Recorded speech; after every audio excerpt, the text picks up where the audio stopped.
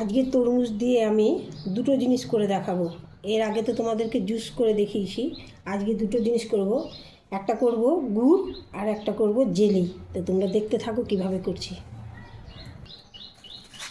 এইভাবে চামচ দিয়ে আমি কুড়ে কুড়ে এগুলোকে বের করে নেব, তরমুজের পাল্পগুলো বের করে নেব। আমার তরমুজটা বিচি ছাড়ানো হয়ে গেছে, সব পরিষ্কার করে বিচি ছাড়িয়ে নিয়েছি। এবার এটাকে আমি মিক্সার গ্রাইন্ডারে রসটা বের করে নেব। মিক্সারে আমি এটাকে জুস করে নিলাম, এটাকে আমি ছেঁকে নেব ছাঁকনা দিয়ে।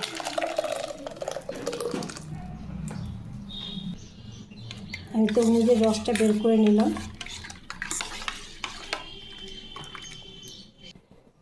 এখান থেকে আমি শুধু এর জলটা নিলাম, তরমুজের জলটা নিয়ে আমি কড়াইয়ের মধ্যে দিয়ে দিলাম।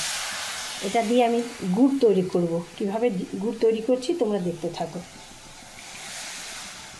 এইভাবে এটা আমি নাড়তে থাকবো, নাড়তে নাড়তে এটা শুকিয়ে যাবে, তখন এটা গুড় হবে। এইভাবে রসটাকে ফুটাতে হবে, কিন্তু নাড়তে হবে, এটা ছেড়ে দিলে হবে না, একবার করে নাড়তে হবে। আস্তে আস্তে রসটা যত ফুটবে একদম নিজে নিজে দেখবে গুড়ের কালারটা আসবে। দেখতে পাচ্ছ কী সুন্দর গুড়ের কালারটা আসছে। আমি দেখলাম যে খেজুর রসের গুড় হয়, তালের রসের গুড় হয়, তো আমি প্রথমবার ট্রাই করে দেখলাম যে হচ্ছে কি না দেখি। তো তরমুজের রসের আমি গুড় করে দেখি, তাই চেষ্টা করলাম প্রথমবার। তো এই দেখো কত সুন্দর কালারটা আসছে। এইভাবে নাড়তে হবে, কিন্তু ছেড়ে দিলে হবে না, একবার করে নাড়বে, তবে গুড়ের কালারটা সুন্দর আসবে। নাড়লে রসের মতন একদম শুকিয়ে যাবে।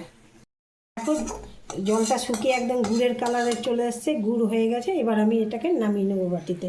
আমি একটু করে দেখালাম, কারণ প্রথমবার করছি, সেই জন্য আমি একটু করলাম, ট্রাই করে দেখছি যে গুড় হয় কি না। কিন্তু খুব সুন্দর গুড় হয়ে যায়। দেখো কালারটা, দেখো কত সুন্দর লাল কালার।